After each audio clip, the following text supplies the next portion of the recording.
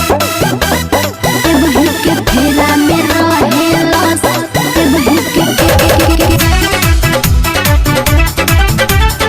अहिरा नतिया कालिका स्टूडियो आरा रह जानी बबुनी तू इतना गुमान में मार दे मुझसे हम तोहरा दुकान में ना भगला तोहरा दुकान। अरे रह जानी बबुनी तू इतना गुमान में मार दे मुझसे हम तोहरा दुकान में तोहरा दुकान में ज्यादा जाती सही मेरे हम डेंजर जातिया तो खाली ले बही के फेरा में रहेला हीरा नतिया खाली ले बही के फेरा में रहेला हीरा नतिया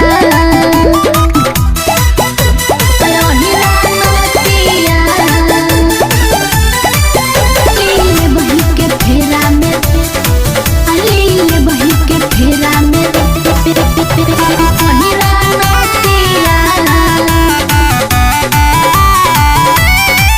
जादू जी के बनल तू गहकी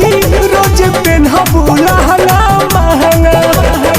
बानी कुंवर लुट ले बजवानी ना मानब तोहर कहना बुझला मानब तोहर कहना जादू जी के बनल तू गहकी ना हो। रोज पेन्हबू लहंगा महंगा सुना बानी कुंवर लुट ले बजवानी ना मानब तोहर कहना ढेर जदी खिसियाई में तो हई देख ले लठिया खाली ले वही के फेरा में रहेला हीरा नतिया खाली ले वही के फेरा में रहेला हीरा नतिया खाली ले वही के फेरा खाली ले वही के हीरा नतिया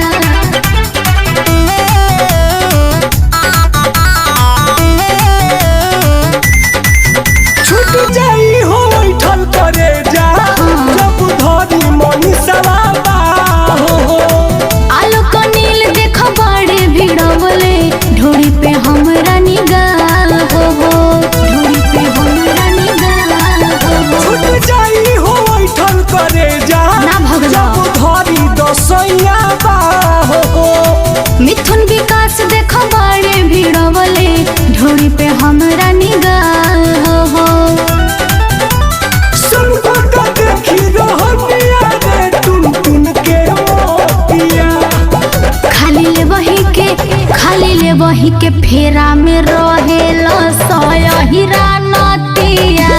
खाली ले वही के फेरा में रहेला हीरा नतिया अरे रह जन बबुनी तू इतना गुमान में मार दे मुझसे हम तोहरा दुकान में नासन बका जाता जाती सही मेरे हम डेंजर जातिया तो खाली ले बही के फेरा में रहेला